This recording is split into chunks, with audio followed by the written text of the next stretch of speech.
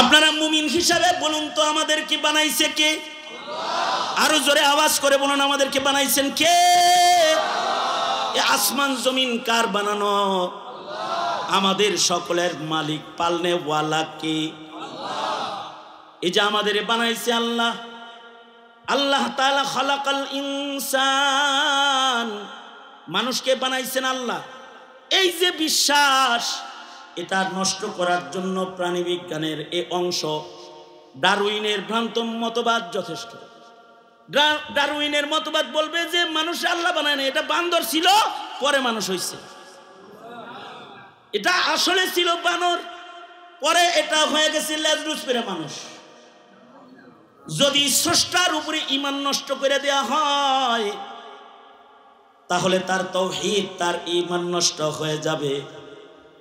এই ডারউইনের ভ্রান্ত মতবাদ আমাদের শিক্ষা সিলেবাস থেকে সরানোর জন্য আল্লামা নূর হোসেন কাসেমি আন্দোলন করেছে, আল্লামা জুনায়েদ বাবুনগরী আন্দোলন করেছে, শাইখুল হাদিস আল্লামা আজিজুল হক রহমতুল্লাহ আলাইহি আন্দোলন করেছে, শাইখুল ইসলাম আল্লামা আহমদ শফি কথা বলেছে। কিন্তু এ সকল আলেম ওলামাদের কোনো কথা শোনে নাই।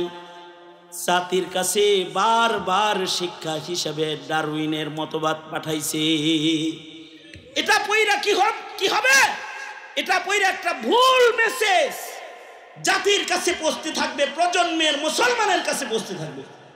আর যদি সে খালি এই পড়াটা পয়রা খালি কয় যে আমার আল্লাহ বানায় নাই, নাউজুবিল্লাহ, তাইলে তো কালিমাওয়ালার ঘরে জন্মায়ও বেঈমান হয়ে গেছে।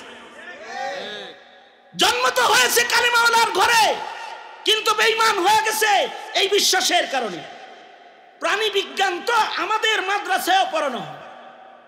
আমাদের আকাবিররা প্রাণী বিজ্ঞানের উপরে কিতাব লিখেছেন। কিতাবের নাম হায়াতুল হাইওয়ান, অর্থাৎ প্রাণীর বৈশিষ্ট্য, প্রাণীর খাসলাত, প্রাণীর উপরে বৈচিত্র্যময় গবেষণা জাতির কাছে আমাদের আকাবির পেশ করেছেন। কামাল উদ্দিন দেমেরি রহমতুল্লাহ আলাইহি উনি বিস্তারিত এক ভান্ডারের কিতাব লিখে ছাইরা দিচ্ছেন। কিন্তু এই কিতাব দিয়া মানুষে বান্দর অথবা মানুষে হনুমান বানাইবার চেষ্টা করা হয় নাই, বরঞ্চ মানুষের ঈমানকে মজবুত করার চেষ্টা হয়েছে। অর্থাৎ প্রাণীর গবেষণা মানুষের কাছে পেশ করে মানুষের তাওহীদকে আরো শক্তিশালী করা হয়েছে। দেখো রবের কুদরত, দেখো রবের বৈচিত্র্য সৃষ্টি দেখে তুমি তোমার রবকে চিনতে থাকো। মুহতারাম হাজিরিন, এই পৃথিবীতে যদি থাকা সম্ভব হতো, আমাদের পূর্বে যারা আসছে তারা থাকতে পারত। যদি থাকার জায়গা হতো, ক্ষমতার বলে যদি থাকা সম্ভব হতো, তাহলে ক্ষমতাধার যারা এসেছিল তারা থাকতে পারত। অর্থের বিনিময়ে যদি থাকা সম্ভব হতো, প্রচুর সম্পদ, অর্থের মালিক যারা পৃথিবীতে আসছে তারা দুনিয়াতে স্থায়ী হয়ে যেত। এমনকি বান্দা হিসেবে রবের সাথে সম্পর্ক গড়েও যদি এই পৃথিবীতে থাকা সম্ভব হতো, তাহলে নবীদের সম্পর্ক আল্লাহ পাকের কাছে, আল্লাহ পাকের সাথে সবচেয়ে গভীর ছিল। নবীরা থাকতে পারতেন। নবীদের সরদার সৈয়দুল মুরসালিন রহমাতুল্লিল আলামিন মুহাম্মদুর রাসূলুল্লাহ সাল্লাল্লাহু আলাইহি ওয়াসাল্লাম সম্পর্ক যদি থাকার জায়গা হতো, নবীজি থাকতে পারতেন। আর যদি এই পৃথিবীতে কাউকে রাখার জায়গা হতো, তাহলে সাহাবায়ে কেরাম নবীজিকে রেখে দিতেন। এই পৃথিবী অনেক নেতার চেহারা দেখেছে, কিন্তু কে কার জন্য কি করে?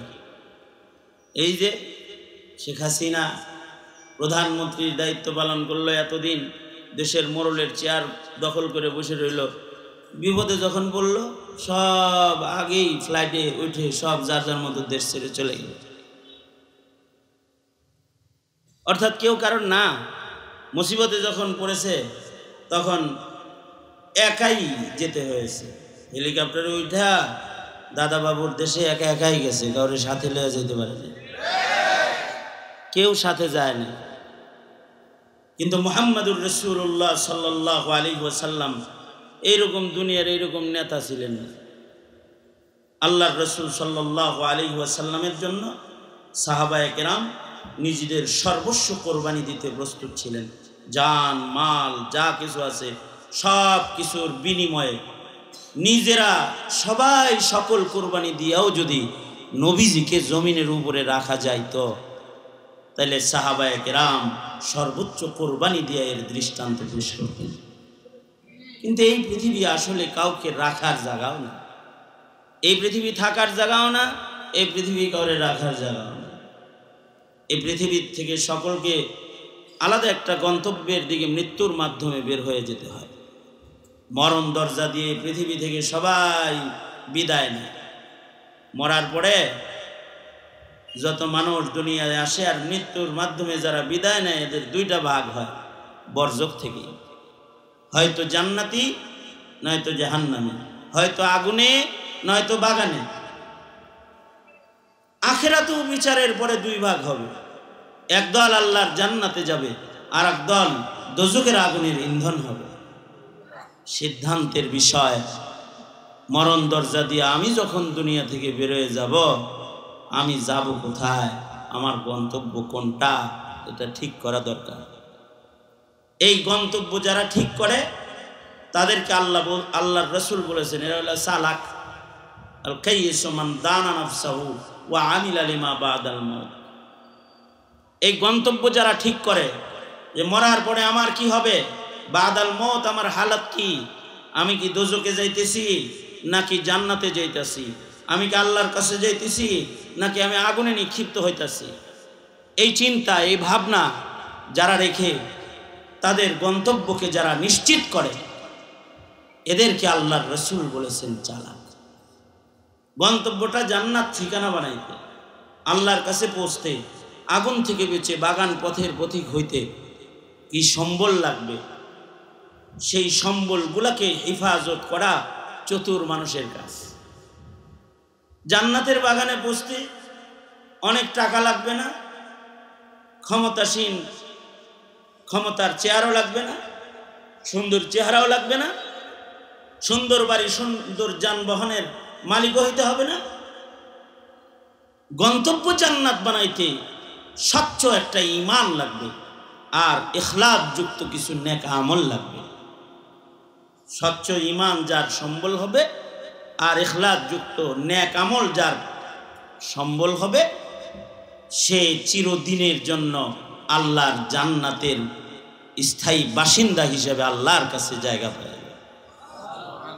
আল্লাহ তাআলা ওই কথাটাই বলেন, ইন্নাল্লাযীনা আমানু ওয়া আমিলুস সালিহাত, ইন্নাল্লাযীনা আমানু ওয়া আমিলুস সালিহাতি কানাত লাহুম জান্নাতুল ফিরদাউসি নুজুলা খালিদিনা ফিহা লা ইয়াবগুনা আনহা হিওয়ালা। যারা ঈমান আর নেক আমলের সম্বলওয়ালা এরা চিরদিনের জন্য জান্নাতে যাবে, কোনদিন জান্নাত থেকে আর তাদের বের হতে হবে না।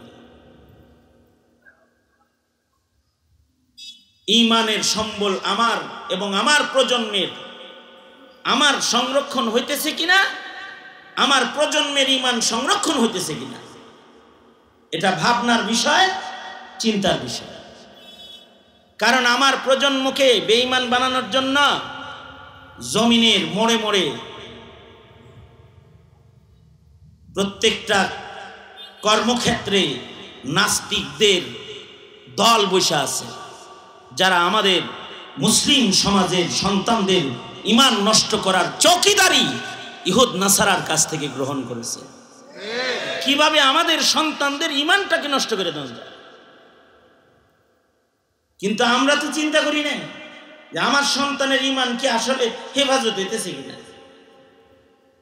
আমরা আমাদের প্রজন্মের বাড়ি ঘরের চিন্তা অনেক করি, যে মরে যাবো ছেলেরে থাকার একটা বাড়ি করে দিয়ে যাই, চলে যাবো ছেলেটারে ব্যবসা বাণিজ্যের একটা জায়গা দিয়ে যাই, এই সকল চিন্তা অনেক করা হয়।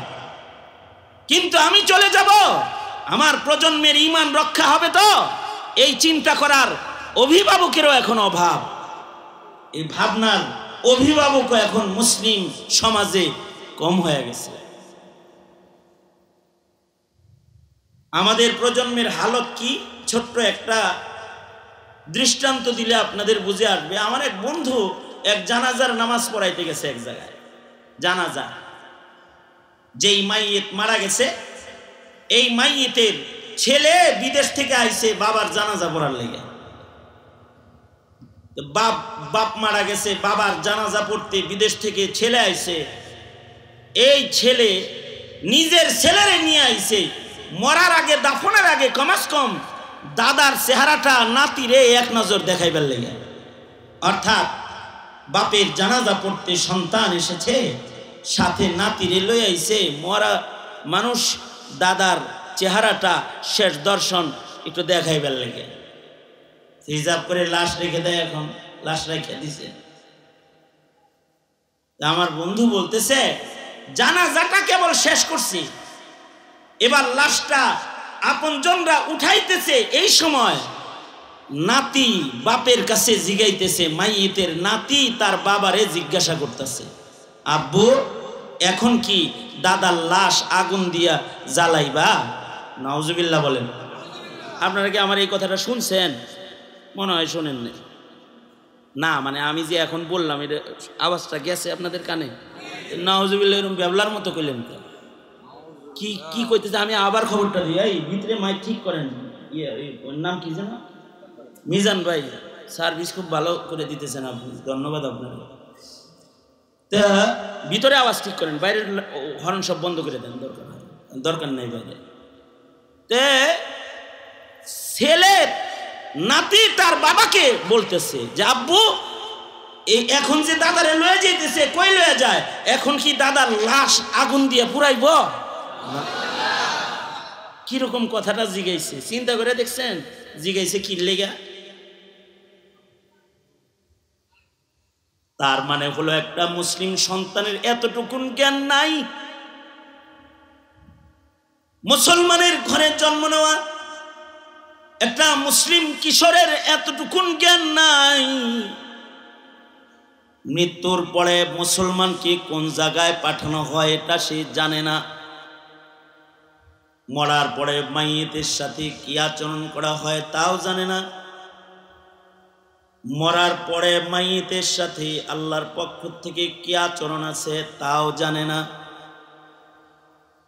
ইসরাফিলের বাঁশি পর্যন্ত বরজখের জগতে মাইয়িতের হাল, মাইয়িতের অবস্থা মুহাম্মদুর রাসূলুল্লাহ সাল্লাল্লাহু আলাইহি ওয়াসাল্লাম, মাইয়িতের যে হালত মুহাম্মদুর রাসূলুল্লাহ সাল্লাল্লাহু আলাইহি ওয়াসাল্লাম বর্ণনা করেছেন, এ সম্পর্কে ন্যূনতম আইডিয়া একটা মুসলিম সন্তানকে তার পিতা দেয় নাই। অর্থাৎ মুসলমানের ঘরে জন্ম নেওয়ার পরেও, কালিমাওয়ালা হওয়ার পরেও, জন্মের পরে তার ডান কানে আজান হয়েছে, বাম কানে আকামত হয়েছে বটে, কিন্তু মরার পরে কি হবে, মরার পরে কি হয় তা তার জানা নাই। এই এতটুকুন শিক্ষা প্রজন্মের সন্তানকে বাপ হয়ে দেয় নাই। একটা তো যে জন্মসূত্রেই কেউ কালিমা পায় না, কাফের অবস্থায় তার জন্ম, এরকম যারা আছে ইমানের দৌলত সে পাই নাই, মাহরুম। দৌলতি ইমান তো আল্লাহ পাকের দেওয়া তোহফা দান, এটা আল্লাহ যারে পছন্দ করে তারে দিয়ে দেয়, যে কদর করে এটার সে এটারে কবরে লয়ে যায়। দৌলতি ইমান আল্লাহ পছন্দ না করলে দেয় না, আল্লাহ যাকে পছন্দ করে তাকে দৌলতি ইমান দেয়। হুজুরের চাচা আবু তালিবকে আল্লাহ পছন্দ করে নাই, আল্লাহ তাআলা আল্লাহর কালামে আয়াতে কোরআনের মাধ্যমে নবীজিকেও এটা জানায়া দিছে, আপনি ভালোবাসেন চাচারে, আমি তো বাসি না, ডাইরেক্ট এই কথা বলে দিছেন আল্লাহ তাআলা, ইন্নাকা লা তাহদি মান আহবাবতা ওয়ালাকিন্নাল্লাহা ইয়াহদি মান ইয়াশা। এটা তো পাই না ইমান, কালেমা একবারের জন্য পড়ে নাই, অথচ একবারের জন্য বিশ্বাসের সাথে যদি কালেমা কেউ পড়ে, সেও এই ইমানের কারণে কালিমার বিশ্বাস আর দৌলতে ইমানের ছোট্ট নূর হিফাজতের কারণে, একেবারে কনিষ্ঠ ঈমানও যদি তার হয়, তো আল্লাহ তাআলা তাকে এমন পৃথিবীর 10 পৃথিবীর সমান জান্নাত দান করবে। দৌলতি ঈমান একটা তো পাই নাই, জন্মসূত্রেই পায় নাই। বেদনার বিষয় হলো পাইছে, মুসলমানের ঘরে জন্ম হয়েছে, নামের শুরুতে মুহাম্মদও লাগানো আছে, মুসলিম দলবদ্ধ নাম, সাহাবী নবী এদের অনুকরণে নামের সাথে মিলায়া নামটাও পাইছে, জন্মের পরে আযান ইকামতও পাইছে, কিন্তু তার পিতার অবহেলার কারণে ঈমান শিখে নাই, অথবা তার শিক্ষাগত অবস্থান আর তার ঈমানের অযত্নের কারণে তার ঈমান রক্ষা হয় নাই। যখন মরতেছে তখন মুরতাদ হয়ে বেঈমান হয়ে কবরে যাইতেছে। এই যে একটা বেদনার বিষয়, সে ঈমানের ন্যূনতম যে বিষয়গুলো জানার মাধ্যমে তার কালিমার হক আদায় করাকারী হবে, সে এইটুকুন জ্ঞানও তার বাপ তাকে দেয়নি।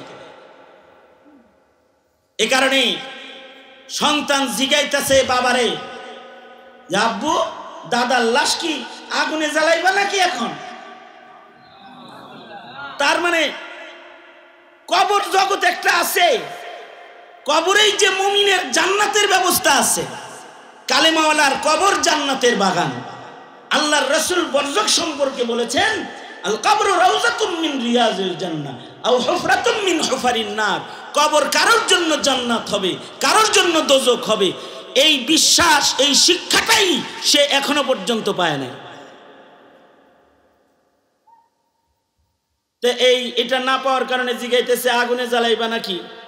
তবে আগুনে জ্বালানোর এই শিক্ষা পাইল কোথা থেকে? সে ইসলাম নিয়ে কিছু না জানলেও, ইসলামের কথা না বুঝলেও, ইসলাম সম্পর্কে তার কানে আওয়াজ কেউ না দিলেও, বাবা মার কোলে বসে বসে ছোটবেলা থেকে হিন্দি ফিল্ম দেখে দেখে, নাটক আর সিনেমার মাধ্যমে এতটুকুন জেনেছে সে যে কিছু মানুষকে মরার পরে আগুনে জ্বালানো হয়। এইটা কিন্তু সে সিনেমা দেখে দেখে শিখে ফেলেছে। আমাদের সামাজিক এই আয়োজনগুলোর মাধ্যমে মুসলমানের সন্তানকে কবরের আইডিয়া দেওয়া হয়। সামাজিক মাহফিল দাওয়াতের মাধ্যমে মুসলমানের সন্তানকে রব চিনানো হয়। স্রষ্টা একজন আছে, দেখা যায় না, স্রষ্টাকে চোখে দেখা যায় না, কিন্তু তাকে মানতে হয়। স্রষ্টার বিশ্বাস দিলে রেখে মুমিন হইতে হয়, তাকে শিখানো হয়। স্রষ্টা পাইতে স্রষ্টার হুকুম মেনে নামাজ পড়তে হয়, স্রষ্টা পাইতে স্রষ্টার হুকুম মেনে রোজার মাসে রোজা রাখতে হয়, স্রষ্টা পাইতে স্রষ্টার হুকুম মেনে হালাল হারাম বাছাই করে চলতে হয়। এই যে ইসলামের খবরগুলো দাওয়াতের মাধ্যমে মানুষের কান পর্যন্ত বলিষ্ঠ আওয়াজে পৌঁছায়া যায়, যারা এদেশে নাস্তিক্যবাদ প্রতিষ্ঠা করতে চায় তারা এই মাহফিলগুলো দেখতে চায় না, এই জমায়েতগুলোকেও তারা দেখতে চায় না। এ কারণে দেখেন বিগত 16 বছরে আওয়ামী লীগ এদেশের আলেমদের উপরে যত অত্যাচার করছে, আর দিনী কাজে যত বাধা দিছে, মানে ওয়াজ করতেছে এটাই বাধা, নারায়ে তাকবীর দিছে তাও বাধা, মাহফিলের মাইক টানাইছে, থানার পুলিশের কাছে মাহফিল মর্গেজ দিয়ে দিছে, এই মাইক খুইলা পুলিশ এসে লয়ে গেছে। যারা এদেশের মানুষকে ইসলামী শিক্ষার কথা বলবে, শিক্ষানীতির কথা বলবে, শিক্ষা সিলেবাসের কথা বলবে, মুসলমান সন্তানকে ঈমানিয়াত শিখানোর জন্য, ইবাদত শিখানোর জন্য আয়োজনের কথা যারা বলবে, তাদেরকে বোমার মামলা, জঙ্গির মামলা, গাড়ি পুরান্না মামলা দিয়া দিয়া নির্দোষ তাহাজ্জুদ গুজার, কোরআন তেলাওয়াতি আলেম ওলামাকে হাদিসের চর্চাকারী, ইলমের চর্চাকারী নায়েবে নবীর জামাতকে জেলখানার ভিতরে আটকায় রেখে দিছে। জাতির কানে যেন সঠিক মেসেজ পৌঁছে দেওয়ার মতো কোনো জবান যেন মাঠে ময়দানে কথা না বলে। বিনিময়ে কি হইতেছে যে আমাদের যুবক ছেলেরা আলেম ওলামার পক্ষে থাকা এর জায়গায় তারা আসাদ নূরের পক্ষ গ্রহণ করেছে। অনেকে কি কথা বলেন না কেন, ঠিক না? শাহবাগে নাস্তিক মুরতাদরা শাহবাগে সমাবেশ করেছে, অবস্থান করেছে। এদের প্রত্যেকেই মুসলমানের ঘরে জন্ম হওয়ার পরেও এদের ঈমান নাই, কিন্তু তাদের না বর্জখের বিশ্বাস আছে, না তাদের কোরআনের বিশ্বাস আছে, না তাদের নবীর উপরে ঈমান বিশ্বাস আছে, না ইসলামের কালচার, ইসলামের তাহজিব তামাদ্দুনের উপরে কোনো আস্থা ভক্তি তাদের আছে। হ্যাঁ, তাদের ইহুদ নাসারাদের কৃষ্টি কালচারের দরদ আছে। মুসলমানের মাটিতে তাওহীদবাদ যেটা, এটাকে সরাইয়া দিয়া হিন্দুত্ববাদ আর বহুত্ববাদ আর নাস্তিক্যবাদ প্রতিষ্ঠা করার মেহনত তাদের আছে। অথচ তারা কিন্তু মুসলমানের ঘরের সন্তান। এই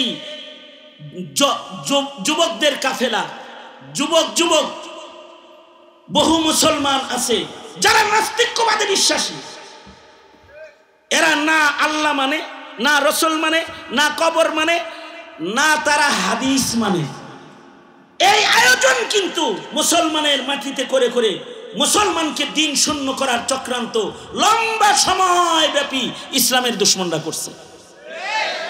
এখন হালত এমন হয়েছে, আমার তো ভাবতেও অবাক লাগে।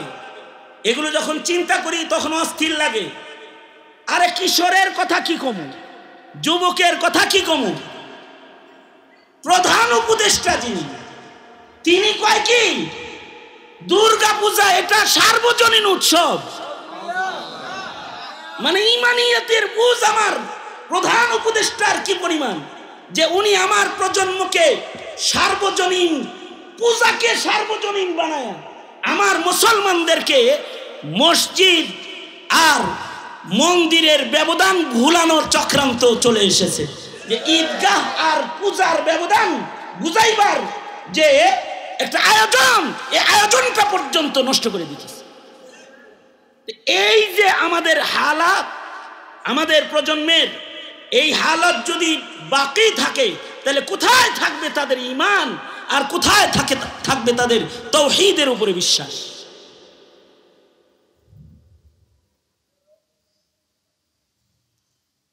এখন একদল আছে মুনকিরে কোরআন, কোরআন অস্বীকার করে। আর একদল আছে মুনকিরে হাদিস, হাদিস অস্বীকার করে। এমনকি নতুন শিক্ষা কমিশন যেটা গঠন করা হয়েছিল, এইখানেও হাদিস, মুনকিরে হাদিসকে জায়গা দিয়েছে মুসলমানের শিক্ষা কমিশনে। তো এরা এসে কি শিখাবে? এই শিক্ষা কমিশন যেখানে জায়গা পেয়েছে মুনকিরে হাদিস, এরা যদি জাতির কাছে শিক্ষা সিলেবাস পেশ করে, তারা জাতিকে কি শিখাইব? হাদিস শিখাইব, নাকি বাংলাদেশ থেকে হাদিস সরানোর মেহনত করব? এই যদি হয় আমাদের প্রজন্মের শিক্ষার হালাত, তখন আমাদের প্রজন্মের ইমানের অবস্থাটা কোন জায়গায় ধীরে ধীরে গিয়ে দাঁড়াবে, এটা মুসলমান হিসাবে, মুসলিম ঘরের একজন অভিভাবক হিসাবে প্রত্যেকটা মুসলমানের চিন্তা আর ভাবনার বিষয়ে পরিণত হয়েছে। ফিরিস্তা বিশ্বাস করে না, জান্নাত জাহান্নাম বিশ্বাস করে না, নাস্তিকরা জান্নাত জাহান্নাম বিশ্বাস করে না। আপনারা বলুন তো, জান্নাত জাহান্নাম আছে না নাই? নাস্তিকরা তো এটা বিশ্বাস করে না। আচ্ছা আপনারা বলুন তো, ফিরিস্তা আছে না নাই? ওরা ফিরিস্তা দেখে না, তাই ফিরিস্তা বিশ্বাস করে না। আরো উপরে গিয়ে নাস্তিকদের একটি দল আছে, তারা বলে আল্লাহ নাই। নাউজুবিল্লাহ, জোরে বলেন। তারা রব বিশ্বাস করে না, স্রষ্টাও বিশ্বাস করে না। যদি মুসলমানের ঘরে জন্মগ্রহণ করে কারোর ইমানের জায়গায় এই জায়গায় চলে যায়, তখন তার মরার পরের হালতটা কি? তার মরার পরে সে কোথায় যাবে এবার? এগুলো হলো চিন্তার বিষয়, এগুলো হলো ভাবনার বিষয়। স্রষ্টা একজন আছে, এইটা ভুলানোর জন্য আমাদের সন্তানদেরকে দীর্ঘদিন ডারউইনের প্রাণীবিজ্ঞান পড়ানো হয়েছে। ডারউইনের এই প্রাণীবিজ্ঞানের এই অংশ পড়ানোর মাধ্যমে তাওহীদের উপরে বিশ্বাস এটা নষ্ট হয়, এক আল্লাহর উপরে ঈমান নষ্ট হয়। আপনারা মুমিন হিসাবে বলুন তো, আমাদেরকে বানাইছে কে? আরো জোরে আওয়াজ করে বলুন, আমাদেরকে বানাইছেন কে? আসমান জমিন কার বানানো? আমাদের সকলের মালিক পালনে ওয়ালা কে? এই যে আমাদের বানাইছে আল্লাহ। আল্লাহ তাআলা খালাকাল ইনসান, মানুষকে বানাইছেন আল্লাহ। এই যে বিশ্বাস, এটা নষ্ট করার জন্য প্রাণীবিজ্ঞানের এই অংশ ডারউইনের ভ্রান্ত মতবাদ যথেষ্ট।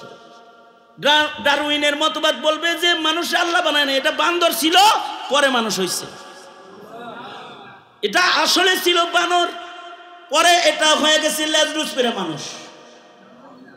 যদি স্রষ্টার উপরে ঈমান নষ্ট করে দেয়া হয়, তাহলে তার তাওহীদ, তার ঈমান নষ্ট হয়ে যাবে। এই ডারউইনের ভ্রান্ত মতবাদ আমাদের শিক্ষা সিলেবাস থেকে সরানোর জন্য আল্লামা নূর হোসেন কাসেমি আন্দোলন করেছে, আল্লামা জুনায়েদ বাবুনগরী আন্দোলন করেছে, শাইখুল হাদিস আল্লামা আজিজুল হক রহমতুল্লাহ আলাইহি আন্দোলন করেছে, শাইখুল ইসলাম আল্লামা আহমদ শফি কথা বলেছে। কিন্তু এ সকল আলেম ওলামাদের কোনো কথা শোনে নাই। জাতির কাছে বারবার শিক্ষা হিসেবে ডারউইনের মতবাদ পাঠাইছে। এটা পয়রা কি হবে? এটা পয়রা একটা ভুল মেসেজ জাতির কাছে পৌঁছতে থাকবে, প্রজন্মের মুসলমানের কাছে পৌঁছতে থাকবে। আর যদি সে খালি এই পড়াটা পয়রা খালি কয় যে আমার আল্লাহ বানায় নাই, নাউজুবিল্লাহ, তাইলে তো কালিমাওয়ালার ঘরে জন্মায়ও বেঈমান হয়ে গেছে। জন্ম তো হয়েছে কালিমাওয়ালার ঘরে, কিন্তু বেঈমান হয়ে গেছে এই বিশ্বাসের কারণে। প্রাণী বিজ্ঞান তো আমাদের মাদ্রাসায় পড়ানো হয়। আমাদের আকাবিররা প্রাণী বিজ্ঞানের উপরে কিতাব লিখেছেন। কিতাবের নাম হায়াতুল হাইওয়ান, অর্থাৎ প্রাণীর বৈশিষ্ট্য, প্রাণীর খাসলাত, প্রাণীর উপরে বৈচিত্র্যময় গবেষণা জাতির কাছে আমাদের আকাবির পেশ করেছেন। কামাল উদ্দিন দেমেরি রহমতুল্লাহ আলাইহি উনি বিস্তারিত এক ভান্ডারের কিতাব লিখে ছাইরা দিচ্ছেন। কিন্তু এই কিতাব দিয়া মানুষে বান্দর অথবা মানুষে হনুমান বানাইবার চেষ্টা করা হয় নাই, বরঞ্চ মানুষের ঈমানকে মজবুত করার চেষ্টা হয়েছে। অর্থাৎ প্রাণীর গবেষণা মানুষের কাছে পেশ করে মানুষের তাওহীদকে আরো শক্তিশালী করা হয়েছে। দেখো রবের কুদরত, দেখো রবের বৈচিত্র্য সৃষ্টি দেখে তুমি তোমার রবকে চিনতে থাকো। এই যে আমাদের সন্তানদের এই বেহাল হালাত, যে সন্তানদের শিক্ষার ভেতরে রাসূল নাই, সন্তানদের শিক্ষার ভেতরে আকায়েদ নাই, সন্তানদের শিক্ষার ভেতরে সিরাত নাই, হায়াতে সাহাবা নাই, ইবাদতের মাসাইল নাই, এগুলো থেকে দূরে সরায়া 80 বছরের একটা মুসলমান কিন্তু ওযু করা জানে না, 70 বছরের একটা মুসলমান কিন্তু গোসল করা জানে না। কিভাবে জানাবাত থেকে পবিত্র হইতে হয়, দেহ নাপাক হয়ে গেলে কি করতে হয়, এতটুকুন তার জানা নাই। একটা নারী প্রতি মাসে তার মিন্সের মাধ্যমে তার দেহ নাপাক হইতেছে, পাক অবস্থায় সে কি করতে পারবে, নাপাক অবস্থায় তার কি হালতে চলতে হবে, কি করতে হবে, এতটুকুন সুস্থ মাসাইল আমাদের নারী জাতি মুসলিম রমণীদের কাছে পৌঁছে নাই, এখন বাধাগ্রস্ত রয়েছে, পৌঁছে না। এই সব কিছুকে আঞ্জাম দেওয়ার জন্য জাতির ঈমান আর জাতির ইবাদত, যেটা তার মরার পরের তোহফা, এইটাকে হিফাজত করার জন্য আমাদেরকেই ভূমিকা রাখতে হবে। আমাদের সন্তানদেরকে আমাদের ঈমান শিখাইতে হবে। সরকার চকিদারি করে তোমার সন্তানের ঈমান ঠিক করে দিবে না। এই সরকার মুসলমানের সরকার বসে না, এদেশে 17 কোটি মুসলমানের দেশ বটে। কিন্তু এখানে বসে হিন্দুদের সরকার, এখানে বসে খ্রিস্টানদের সরকার। ঠিক বললেও ঠিক, না বললেও ঠিক, বাজে কথা বলতেছি নাকি? এখানে সরকার বসায় ভারত, সরকার বসায় আমেরিকা। কেউ তোমারে হিন্দু বানাবে, কেউ তোমার প্রজন্মকে খ্রিস্টান বানিয়ে দেবে। এবার তোমার ফয়সালা হলো তুমি তোমার সন্তানকে কি বানাবে, অথবা তোমার সমাজের একটি প্রজন্মের একটি ফুলকে তুমি কি দোজখে ফেলবে, না এই ফুলটাকে জান্নাতের বাগানে পাঠাবে। এটা তোমার ফয়সালা নিতে হবে। আমার সমাজ নিয়ে ফিকির করে আমার ফয়সালাকে গ্রহণ করতে হবে। সুতরাং এলাকার ছোট্ট একটা সবাহি মক্তব্য প্রজন্মের মুসলমানের ঈমান ঠিক করবে। হাফিজ হুজুর রহমতুল্লাহ আলাইহি প্রত্যেক গ্রামে গ্রামে একটা করে মক্তব করার প্ল্যান নিয়েছিলেন। কেন? মক্তবে গেলে বাচ্চারা ঈমান শিক্ষা দেয়া হবে। প্রতিটা পাড়ায় পাড়ায় ঈমান শিক্ষা দেওয়ার আয়োজন হওয়া দরকার। এই মসজিদের পূর্ব পাশে একটি মাদ্রাসা যেটা চালু ছিল, আজকে এই মাদ্রাসাটা বন্ধ হওয়ার পথে। এই এলাকাবাসী প্ল্যান করেছে মসজিদের পশ্চিম পার্শ্বের এই জায়গাটায় বাচ্চাদের প্রাইমারি ঈমান শিক্ষার আয়োজনের একটা ব্যবস্থা এখানে চালু রাখতে। আমাদের ঘরে ঘরে আশা আর ব্রাক, কেজি স্কুল, এগুলো বসে বসে আমাদের সবাহি মক্তবের তো কাম সারা করে দিচ্ছে। এখন আর মসজিদের সবাহি মক্তব খোলা নাই আমাদের। তো এই জায়গাটার জন্য একটু ফিকির করতে হবে আপনাদের। আপনার সন্তানের ঈমান বাঁচায় দেওয়ার জন্য অন্য জেলার থেকে কেউ এসে এখানে এসে আপনার সন্তানের ঈমান রক্ষা করে দিয়ে যাবে না। সুতরাং ঈমান রক্ষায় মাদ্রাসার ভূমিকা, দ্বীনি তালিম জমিনে চালু রাখার আয়োজন, এটা হলো সর্বোচ্চ প্রসেস। এ কারণে আমাদের আকাবিররা মাদ্রাসা করেছেন, জাতির ঈমান রক্ষা করেছেন। এই ঢাকা শহরে এক সময় মাদ্রাসা ছিল না। হাফিজ হুজুর রহমতুল্লাহ আলাইহি থেকে শুরু করে এই হাল জমানার বুজুর্গরা পর্যন্ত মাদ্রাসায় এমন কড়াই করছে, আল্লাহ পাকের মেহেরবানি। ঢাকা শহরে যদি মাদ্রাসা না থাকতো তাইলে এই ঢাকা শহরে নাস্তিকদের জ্বালায় টুপি লয়ে হাঁটতে পারত না। এখন নাস্তিকরা কথা বললে উত্তর গেটে মাদ্রাসার ছাত্ররা যায় হাজির হয়ে যায়। এইটা নিয়েও নাস্তিক পাড়ায় মাথা ব্যথা। ওরা বলে যে হুজুররা রাজনীতি করে মাদ্রাসার ছাত্র দিয়ে, এই সমস্ত তোকমা লাগায় যে হুজুররা কিছু হইলেই মাদ্রাসার সব ছাত্র লইয়া বাইতুল মুকাররমের উত্তর গেট আর রাজপথ দখল করে বসে থাকে। এই হুজুররা যদি দখলে না দিত তাইলে এতদিন তসলিমারা দেশ দখল করে খেয়ে ফেলতো মুসলমানের ঈমান। আমাদের আকাবিররা মাদ্রাসার বীজ বপন করে আমাদের উপরে রহম করে দিয়ে গেছেন যে আজ ইসলামের বিপক্ষে কথা বলতে নাস্তিকদের হিসাব করে কথা বলতে হয়। সুতরাং ঢাকা শহরের যে অবস্থা, আপনার গ্রামের আপনার পাড়ারও এই একই অবস্থা। আপনার পাড়ার মুসলমানদের ঈমান রক্ষা করার জন্য আপনার এলাকায় ঈমানের গাছ আপনাকেই দেখভাল করতে হবে, যত্ন করতে হবে।